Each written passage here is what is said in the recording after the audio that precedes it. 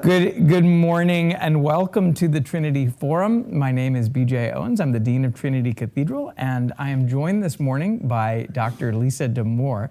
And many of you also already know of Dr. Damour's work, but I'll give a brief bio. Dr. Lisa Damour is a clinical psychologist, an author specializing in the development of teenage girls and young women. She's the best-selling author of Untangled, guiding teenage girls through the 7 transitions into adulthood, and Under Pressure, confronting the epidemic of stress and anxiety in girls. She's a monthly columnist in the New York Times, to the New York Times. She's a TV contributor and co-host with journalist Rena Ninan. Is it a weekly podcast? It's a weekly podcast called Ask Lisa, The Psychology of Parenting. The podcast began during the pandemic and has received well over 1 million downloads. And of course, I am not just speaking as a priest and a dean. I'm a dad of 2 kiddos, a 12-year-old and a 9-year-old. We have one of her books with us, Untangled, and this was on our shelf since at least, I think 2017 is when we picked it up. So this has traveled with us from North Carolina here. So if you have children, if you have young kids, or if you just want to know a little bit of what it's like these days for them going through just being that age, but also in this really challenging season, which has been challenging for all of us. I really encourage you, spend a bit of time with her podcast and pick up one of her books to learn where Dr. Damour is coming from, but also what she's sharing about what it's like to be a young person in today's world. So thank you very much, Dr. Damour, for being with us. I'm delighted to be here. Thank you for having me. Well, we're so glad you can be with us. And we're going to be talking about 3 things, we're going to try to do 3 major topics, and we're going to do it into less than 45 minutes. Got it. So I think we can do that. I want us to talk about what it's like for children and young people, teenagers and younger, what it has been like going through this pandemic season. We can talk a little bit about what it's like being in schools, but just in general. And we've had a front row seat to this in our household, but I know that there are a lot of parents who are hungry for insight as to what's going on with their kids. We'll then talk about what it's been like for all of us in the pandemic. And then, what is for adults, this has of course impacted us in so many ways. But then I want us to talk just a little bit here. We're a church community, and part of our responsibility is to raise children and youth. And what is our responsibility, and what are the unique opportunities for us? I'm looking out into our in-person congregation. I'm seeing no children. Of course, they're smart. They're not here. They're at Sunday school and youth group. Which is good, but we're going to talk about what our whole responsibility is. So, sound like a good place to start? We got it. Good. Yep. Well, one thing that I love about your podcast is it's about 20-25 minutes, and as you go on to whatever podcast service you use, you'll find, especially if you're a parent, you're going to go through that list and say, I need that one, I need that one, I need that one. Not that one yet, but I need that one. And there's such wonderful insight, and what the word I use, I don't know if you use it or not, is tactical parenting. And we'll talk a little bit about just the basic toolbox for managing different conversations. So that's really wonderful, and I encourage you to listen to the Ask Lisa podcast. But there is something that's really on my mind right now. I mentioned it before we sat down, because you talk a lot about how do we talk to children about difficult things. How do we talk to our children about war and about what's happening in Ukraine? Excuse me. I do that. Are we all catching ourselves doing that? Right, that because we were conditioned to call it one thing. Yeah. I returned from a trip last week, and I was in Atlanta when the invasion happened, and I'm thinking about in certain terms. I'm thinking about my own feelings about war. I'm going back, what does it mean that there's war in Europe? I'm thinking about, as a dean, how do we speak as the church? How do I represent this community? And I get in the car, and my wife immediately says, this is really hard on our kids right now. So what comes to mind for you and for parents to be thinking about that? Sure. And I'm the mother of 2. I have an 11-year-old daughter and an 18-year-old daughter. So I'm both doing the work and then living this with both ends of adolescence, really, at this point. Okay, so with regard to the war and how we talk with kids about it, I want to sort of focus on like principles here for how to have these conversations, because it's going to be different at every age and your child's going to be in a different place with it. So the first principle, I think, for any delicate conversation, and it applies here, is start with where your kid already is. So the most important question I think to be asking is, what are you hearing? What are you hearing? And this is also true if your kid says, where do babies come from? You say, what do you think, or what do you know? Like, you want to start with the data they themselves have collected or fabricated, because whatever you say will get mashed together with the previously held belief into a Franken understanding. And so you want to actually... As in Frankenstein, Yes. understanding Yes. Franken understanding. All yeah, right. they're going to take whatever they were already thinking and believed, accurate or not, and mash it together with what you share, and they're going to walk away with an understanding that is not as good as it could be. So the first thing you ask is, what are you hearing? Right. So I asked my 11-year-old. She said, World War III. And I said, okay, so I was very glad I asked that question, because I said, we're not there yet. I don't think we'll get there. And I truly hope that's right. And then we could start the conversation about what was true, what was happening. But I think you also keep saying, what else are you hearing? What else are you hearing? You know, scrape the bottom of that bucket before you start giving information. So that's one principle. You're going to work with where they already are. Another really critical principle is there is no upside to our own children becoming overwhelmed by this. Right. And it is breaking my heart that there are children who are being overwhelmed by this. Right? I mean, I can barely talk about it without. Our children are so fortunate to not be in that position. And so I authorize all of you to protect your own children from being overwhelmed, because it is not something that has to happen here. Right. And so the way that we do that is, first of all, we regulate how we are in this, and that's the third principle, and I'll come back to that. But secondly, we give out information in doses they can tolerate. So we say, okay, what do you know? And then we deal with what they know, either confirm or correct. And then say, what else do you want to know, or do you want me to tell you a little bit more? And then give a little more information. Here's what's happening now. And then say, do you want to know more? What other questions do you have for me? But you let your child regulate it all the way. And part of this also then is regulating the media that's coming into your home. Right. Right? What news you're listening to, where you're listening to it, how you're listening to it. I would basically default to do it on your own time. I mean, like, I would really, I think there's no downside. If you really want to stay up to date, that is absolutely fantastic. We all need to bear witness. I would not necessarily do that in the middle of your own kitchen. And I would be enormously careful about visual images. You know, it's like one of those things, like there are things you cannot unsee, right? So that's part of keeping our own children from being overwhelmed. All right, the third principle here, and this applies to a lot in parenting, is to divorce in your mind lyrics and tune. So the lyrics are the words you say. The tune is the tone you wrap around the words you say. In the words we say, we have to tell kids the truth. We have to tell kids the truth, which is to say, Putin is,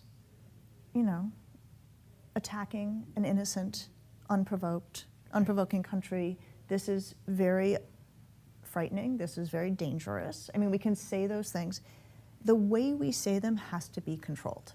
We have to do it in a way that does not overwhelm our kids, right? We're back to the overwhelm. So I think you need to be in a place where you can tell them the truth, but use your tone to basically say, and this is what I ended up saying to my 11-year-old, you're safe, we're safe.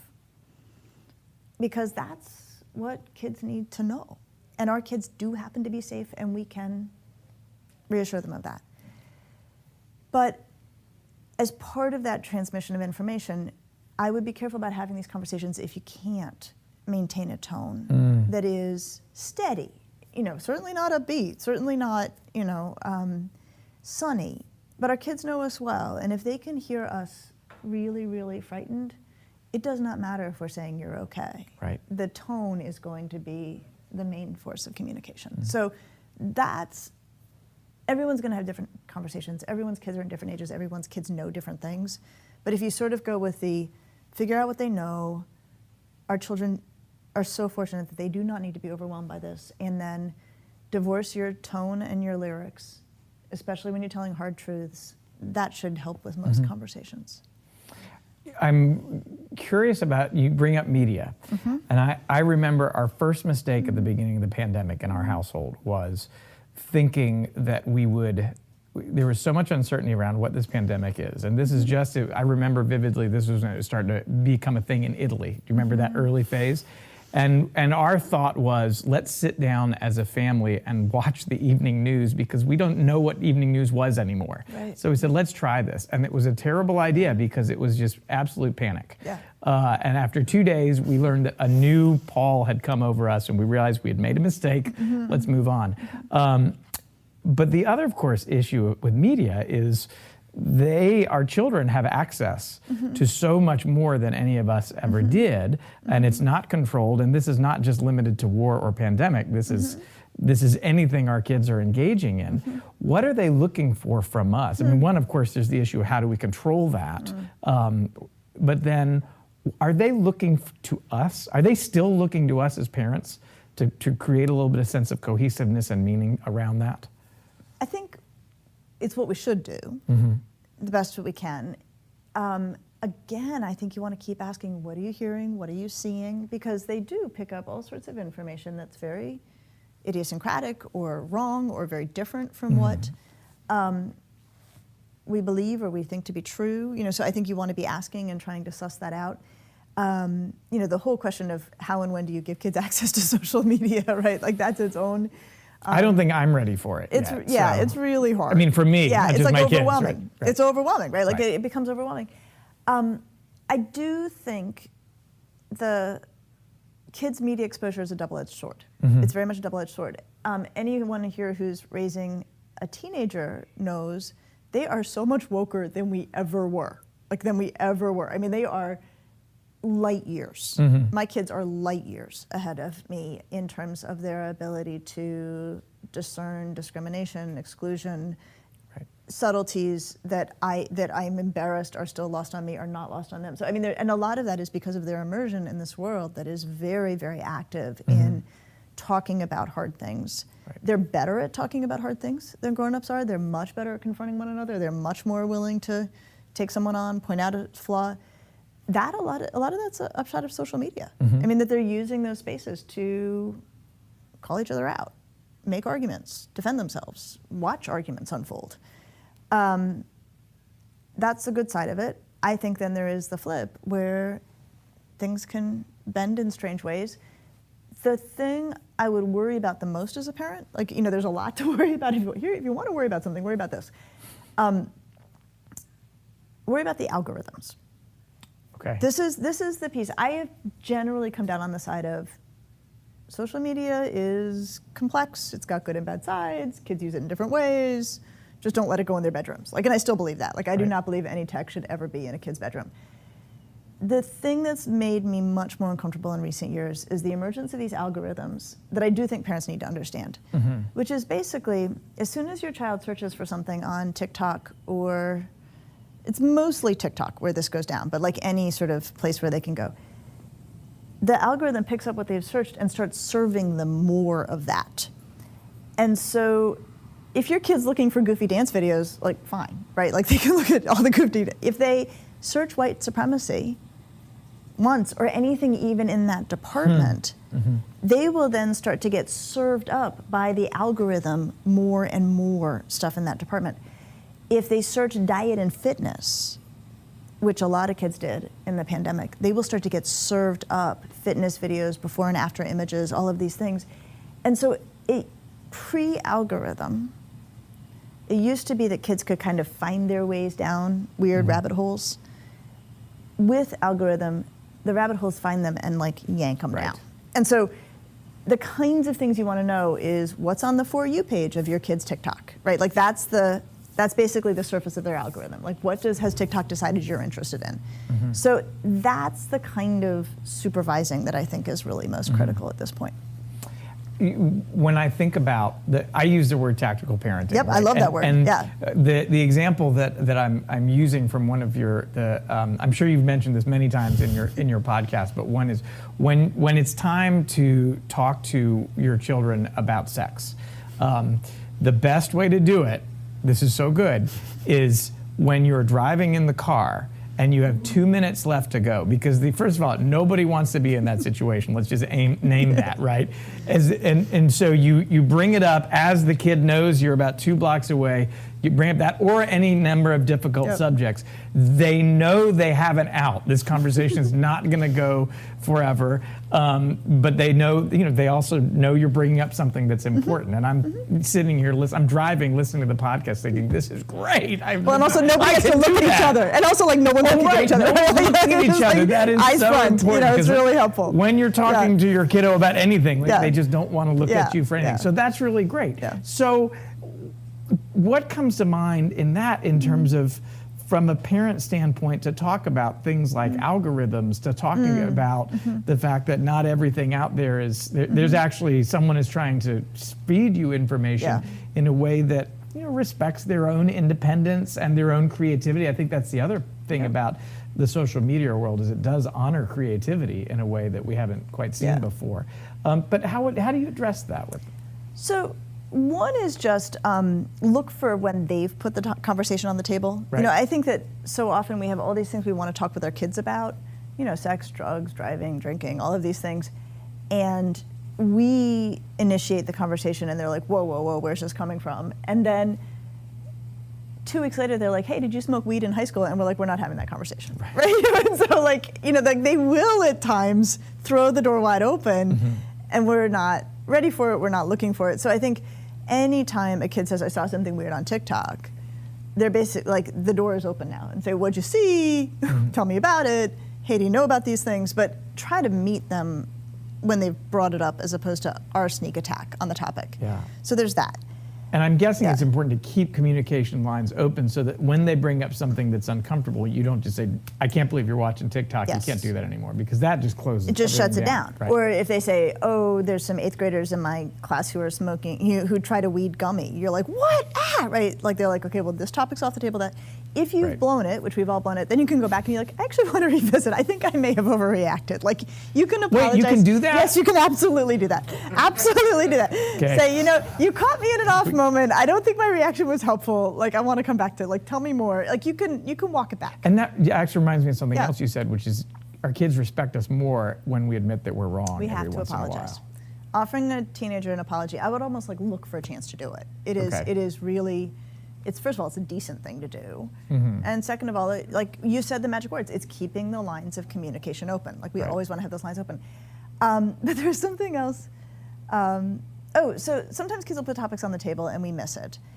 The other thing we can do if we want to talk about something that we know they're going to be a little cautious about is to say, I need to talk to you about something. I promise I will not go past 2 minutes. Okay. So you can actually set the timer and go. I'm just going to say this.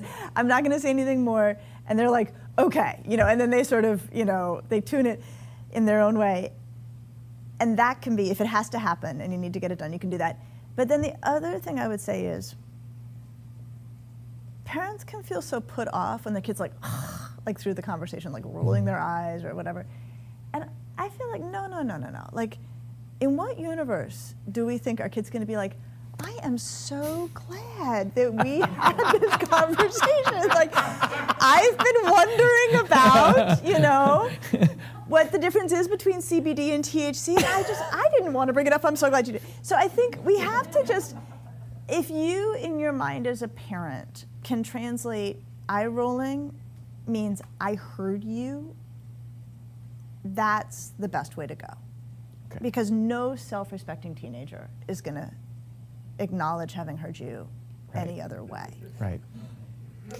Are you sure? Can you preach our next sermon? Because that was pretty good. Sorry, Eric. I think.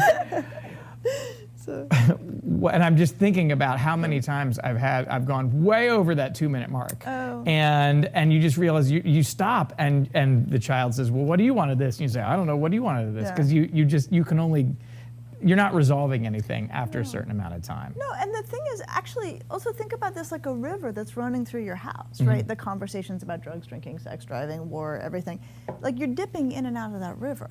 It's always there. You don't, where kids are changes on it, the news changes, the realities change, who they're hanging out with changes. So the idea that there's like, having like the talk, the birds and the bees Right. talk, right? Like that doesn't work like that. Like there's the 12-year-old version of that conversation, there's the 12-and-a-half-year-old version of that conversation. So it's not like you only have 2 minutes. You only have 2 minutes at a time. Right, right. We can always look back and say, we went through this, we were teenagers. But for the past 2 years, we've been going through an experience where I've had to say time and time again, I do not know what you're going through. This is completely different, and what you're experiencing is drastically different than what I'm experiencing. So I know that's a huge topic, but can you say a little bit about what these past 2 years have meant for, you can choose any particular age, mine are now 12 and 9, but whatever age you are, whatever your life circumstance, it's just not as easy as flipping on a Zoom and being online, is it? No, I mean, everyone suffered. Like that's obvious. And the way we always conceptualize stress in psychology is that it's cumulative. And so people who were suffering prior to the pandemic, either as a result of poverty or being members of a marginalized group or, discrimination, like the pandemic just took the stress of that and then doubled down on it. There's just no getting around those realities. For kids, well, let's start with teenagers and then let's think a little bit about kids. I think for teenagers, kind of with all those qualifications of sort of broader social determinants and their forces, it was like the worst for teenagers, I think, developmentally, because teenagers have 2 jobs. One is to become increasingly independent, and the other is to spend as much time with your friends as possible. And so those are normative, forward-moving, this is what they're supposed to be doing. And those were both blown up by the pandemic. They were essentially grounded for 2 years having done nothing wrong, right? And that developmentally, I think we are still trying to wrap our minds around the ramifications of that. And that's, I will tell you, I am upbeat, forward-looking, optimistic. I sit with my colleagues and we're like, we have no idea really what the downstream of this is going to look like. I mean, we early pandemic, we're like buffer, you can protect them, but 2 years is 2 years. And 2 years in the life of an adolescent is like 14 years in the life of an adult. Like I really use the 7-year multiplier. Like teen years are like dog years. Like this is a huge chunk of time. So we're looking at what's the upshot is. Younger kids, I think, probably your kids were probably not in the worst possible timing. The idea of I don't being think so, you're right. Right in the bosom of the home, hanging out with your parents, you still like them, want to hang out with them, Well, I like them, yes. Do they like me? They should. They saw to the degree they did. And so I think that in some ways they got an easier, if we just think broad scale. Right. What I worry about tremendously are kids whose families were already stressed. I think about watching my own daughters go through this and how much they suffered under like really ideal conditions. And so I'm thinking if my kids are suffering this much under ideal conditions, I cannot imagine, what this looks like in other homes. So we're going to see. I mean, we're just going to see. Can you say a little bit more about what those less than ideal conditions look like in certain? Well, so I'll tell you what, I mean, our ideal conditions were, no economic insecurity, a very large, comfortable home, it's space beyond space. I mean, there was a point, we have a basement and a 3rd floor, there was a point where we each just occupied a floor of the home, and we had that kind of extraordinary privilege. My husband's a teacher, I'm able to provide psychological support, I mean, like, all of those things. And though we were as taxed by the pandemic as a lot of people, we also came to it with extraordinary, like, just personal resources and health, and we were very lucky in that way. Thinking about kids where going to school was where they got a break from the challenges of family life, or thinking about kids whose parents were really suffering through the pandemic for any variety of reasons. I think one of the things I know we've connected on is it's very hard for kids to outfunction their parents. So if parents are struggling, it's very, very hard for kids to not struggle and depend, And I think the thing that's so, to me, jarring about the pandemic is that not only were children suffering, their social support systems were suffering. Right? It's not like the kid was suffering and then everybody could kind of rally around. Everybody was trying to hold their head above water. The only other thing I'll say, I could go on a lot about this, there were a lot of us who found our jobs actually were fine online. it was weird at first, but actually adapted quite nicely. And I will tell you, my career improved dramatically in the pandemic. I used to travel constantly. I now barely travel, but I have much more reach than I've ever had. School is not an online thing. School does not belong online. It does not work online. It should not happen online. So I think, for lack of a better word, for all the industries that had to move into an online environment, school was a disaster. And this is with people doing heroics to try to make it work. And so those of you who have kids, maybe you've seen this themselves, when they go back to school, the magic of being physically there, it's unquantifiable. It's unquantifiable. And we started to quantify parts of it in the pandemic, but 3D school is what should it be? School should be a 3D experience. Well, and of course, it's not just what you're learning, it's socialization, it's all of the what it means to be around human beings. Yeah. I mean, church. I mean, can we all agree to that? Sort of the same thing here, which is, I'm sure you all have enjoyed my televangelist experience, but that's an entirely one-way communication, right? We're not learning from each other, we're not interacting, we're not touching one another, and we lose so much in the translation there. But we have a lifetime of being together to build upon, whereas our kids are.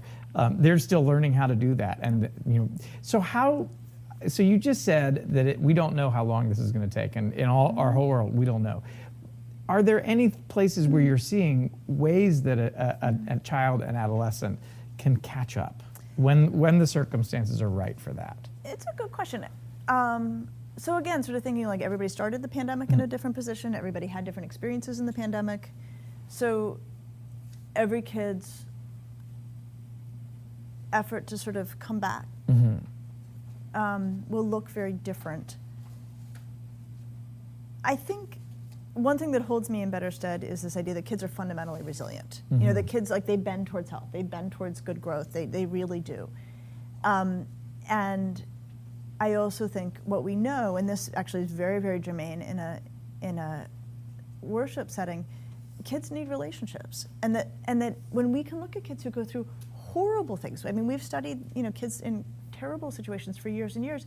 One good relationship is often enough to get kids through things that no one should be able to survive. So there is a quality of this where there's some asymmetry that's available to us. You can have a horrible pandemic, but if someone latches on and develops an irrational attachment to a child and gets them the resources they need, it can make a major difference.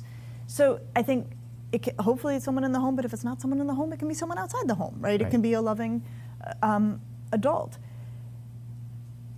At the same time, so it's interesting to both look at this at scale as a clinician and a person who thinks about mental health broadly, and then talk with my high school senior. And I'm really fortunate, we're really fortunate, my high school senior is a kid who could do 2D school. So this is in terms of the kinds of things that we were able to quantify that we had never thought about before, this is fascinating and horrible simultaneously. There are a lot of kids who are great at 3D school who cannot do 2D school, just the academics. And look, in retrospect, we now realize there are a lot of kids that part of how they function really well academically is they saw everybody else getting out their stuff, so they got out their stuff. Right? I mean, it's just those sort of simple things. You must be in the educational world. Yeah. Well, I have a son who can't follow anything if he's not looking at what's going on. Yeah. And then, exactly. And then they see everybody start writing, so they're like, oh, I should probably start writing.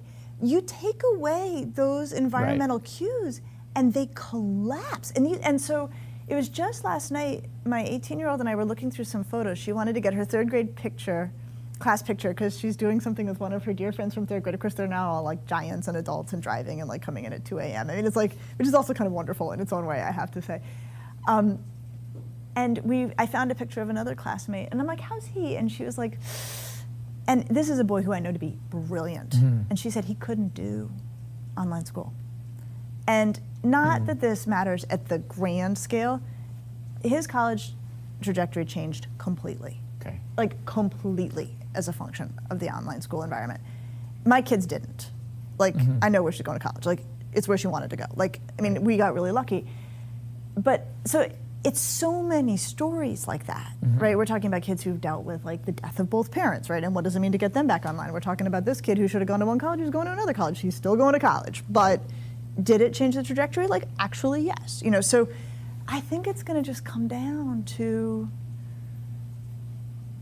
incredible generosity with one another around, you know, who has and who can give and who can support and who can provide. But it doesn't feel honest to suggest that, we'll just get past this. Right, we're just going to catch up. Yeah, I don't, that doesn't ring to me true. Yeah. Well, you talked about resiliency, and I want to move a little bit to talking about all of us and adults, because I think at every 6-month interval of the pandemic, we might have had a different take on how this is impacting us. And here, you know, I think this coming week we hit the 2-year, however we count that, we're there. And you talk about resilience, and I want to talk a little bit about how this has impacted us.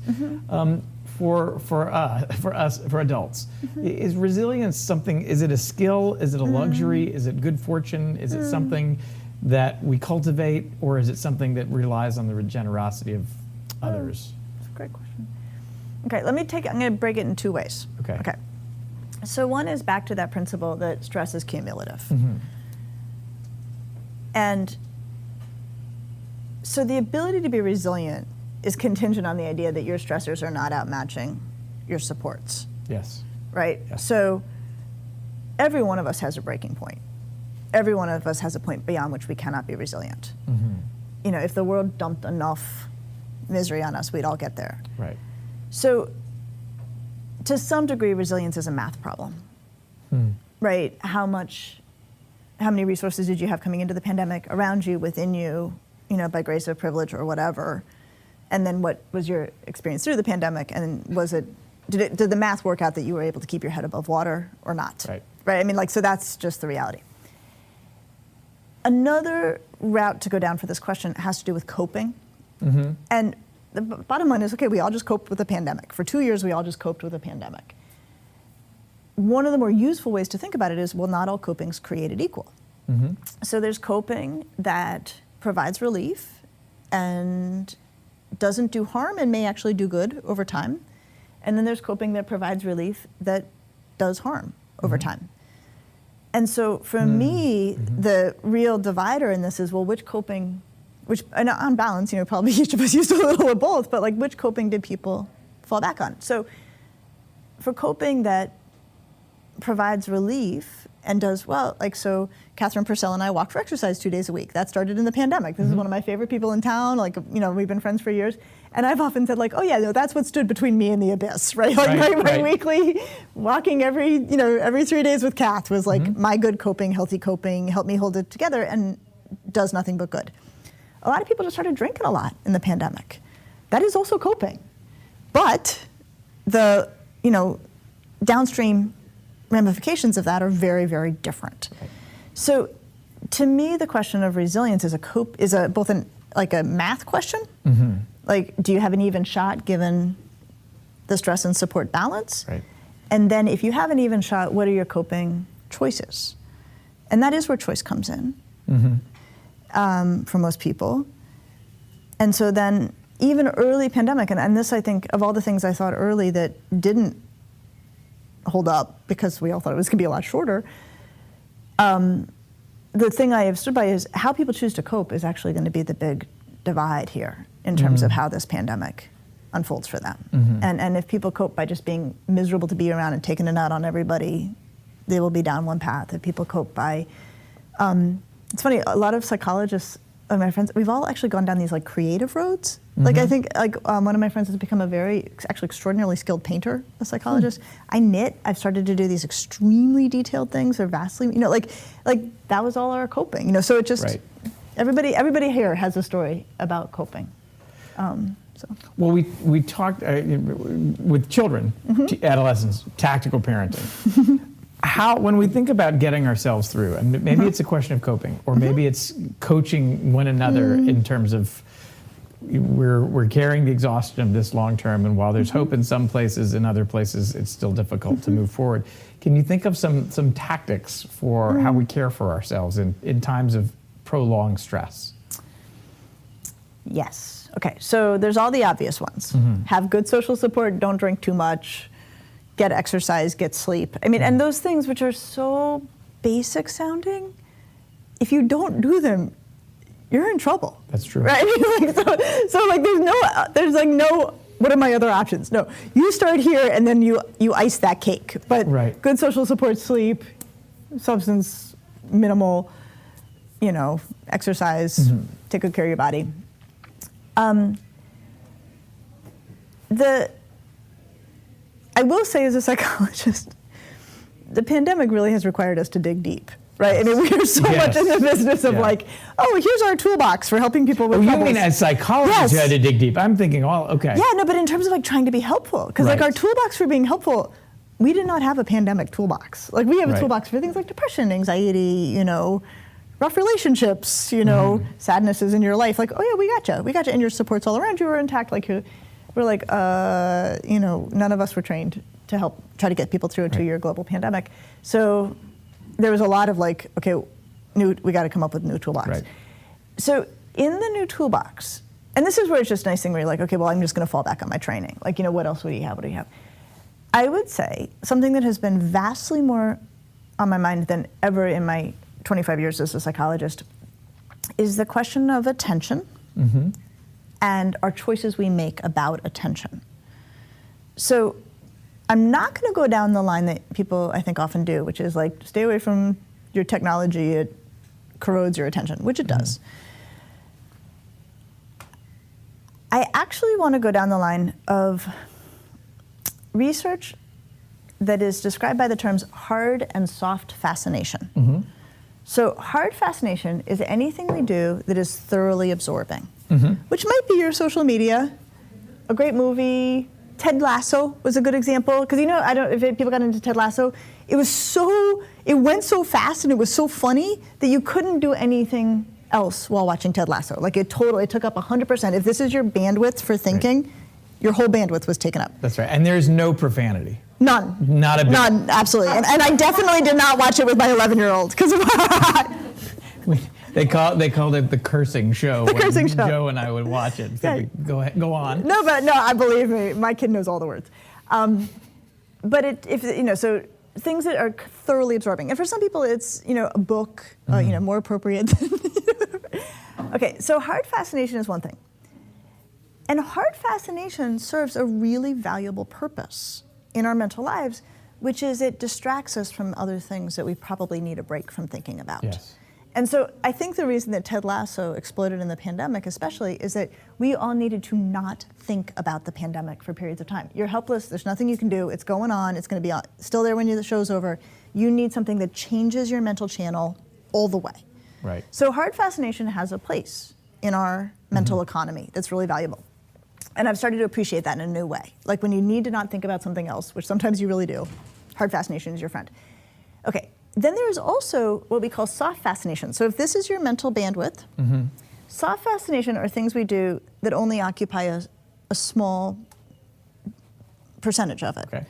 So it's things like washing the dishes, right, or gardening, or going for a walk in nature, and especially if you don't take a podcast or something else that occupies the remaining bandwidth. It's things like taking a shower, it's, just that routine activities. When we're in soft fascination activities, the remaining bandwidth actually goes down and starts to close mental tabs. Really? Yeah. This is why you have all your best ideas in the shower. Because all of this, really what's surplus mental power, it's not inert.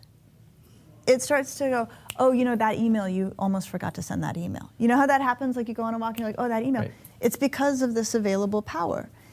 And so I think of it as closing mental tabs, right? And I think so often in the pandemic, a lot of us had this experience of like feeling flooded with all of the stuff that we were actual tabs or all the things. And so I became, in the pandemic, much more disciplined about creating soft fascination conditions for myself, or actually not ruining soft fascination conditions, in the name of mental housekeeping. So something I have started doing in the pandemic is I do not take my phone on exercise walks anymore. Because if I have it with me, I will play with it, I will take a call, I will ruin it. I no longer listen to anything in the car if I am feeling mentally cluttered. If I'm driving somewhere that's automatic for me, I do it in silence. Okay. And what I like about soft fascination as a mental health maintenance system is that you don't have to add it to your day. Right.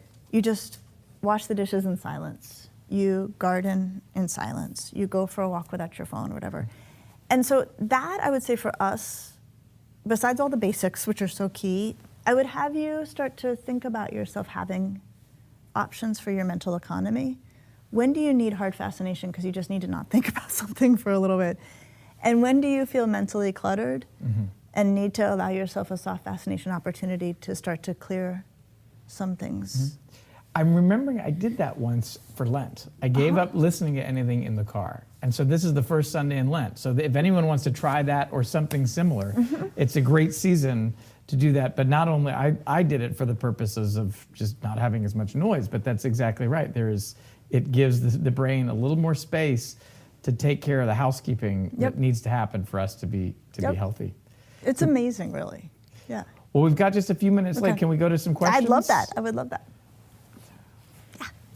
And if you would introduce yourself, we're going to bring a microphone to you so that everyone can hear you.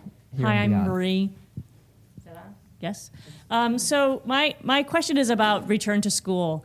And the magic of that is fantastic, but we're also seeing a lot of stress and a lot more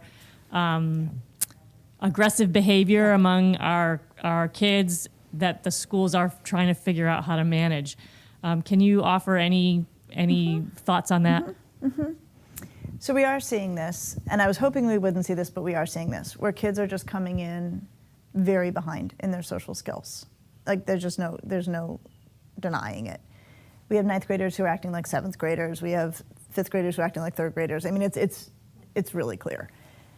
So the first thing we have to do is a whole lot of patience, right? I mean, I think what is so hard to hear about is, my kids are, I hear it sometimes from my younger kid, like it just feels like, people are coming down on these kids really hard in a way that I get it, but I think like, oh man, they're working with what they got. The second thing I think we need to do, we actually do know the behavioral benchmarks that we know how we want 4th graders to resolve conflicts. Like there is a 4th grade, skill set for resolving conflicts. We have never had to articulate it explicitly to the 4th graders because the atmospheric pressure of coming up through 2nd grade and then 3rd grade and 4th grade, they kind of pick it up. Right. They didn't pick it up. So I have been thinking we have to be so much more explicit with kids around social skills and teach them in the way we teach other things. And say, okay, in the 4th grade, if you're mad at somebody, here are your options for handling it. Here are the things that are off the table. In the 4th grade, if you don't have someone to sit with, here are the things we want you to try. I mean, like, to really name them vastly more explicitly. There's a book by a woman named Elizabeth Laugesen. She's a psychologist, called The Science of Making Friends. And it's really been a book that has, for a long time, been much more on the, kids on the maybe autism spectrum or kids who are sort of struggle outside of the normal, under normal conditions. I sort of feel like every family in America needs this right now. Like every kid in America, because it's beautifully, explicit about how you make a friend, how you keep a friend, how so those kinds of highly, just be very, very explicit about things that we've not had to be, and probably should have been explicit all along, but we just didn't have to. How often do we unconsciously just say, you know what, this has been tough, you're gonna have to figure it out and catch up? And what I hear you saying is the human psyche does not work that way. And I that think we for can't most just, kids. yeah, especially not with kids. No. We can't just expect that. They're gonna need a lot more direct instruction. Great. Yeah. Other questions?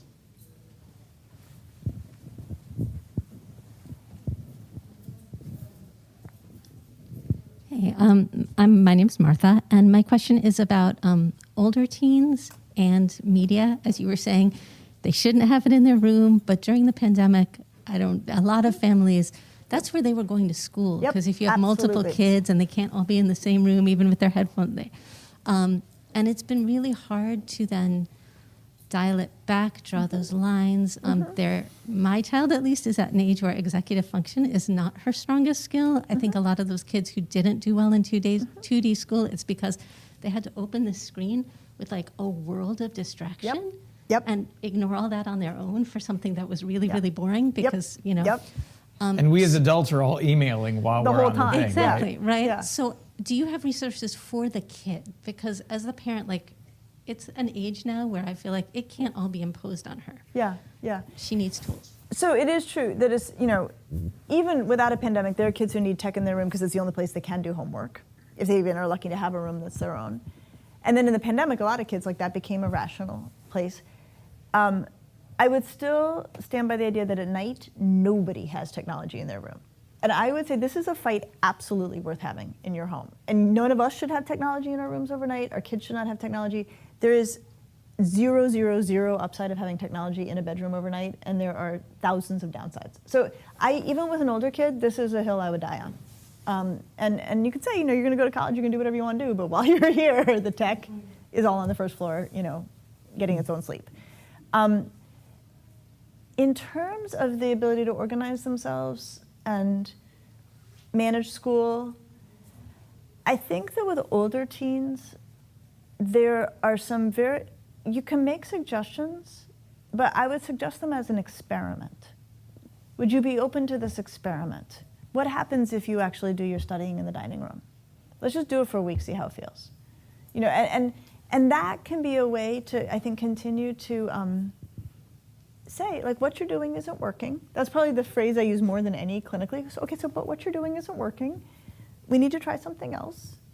Would you be open to this? And then if she's like, no, say, okay, well, what would you like to try? Let's just do an experiment. But to continue with that idea of like, this is an iterative process. If what you're doing isn't working, you got to try something else, but don't commit to it. You don't know if it's going to work either.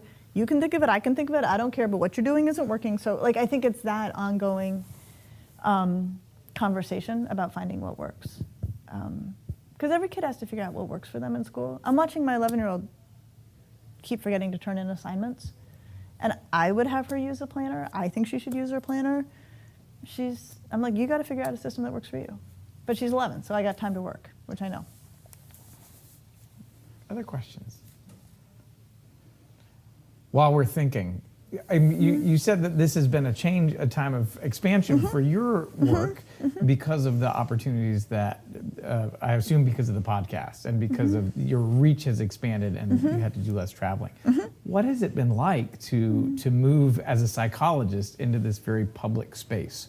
You know, I certainly, you're in my social media feed often because my wife and I both follow you, and oftentimes you've created things that are helpful. But that's in addition to the books that you've written and the research that you've done. What is it like to move into that space? It's really mixed.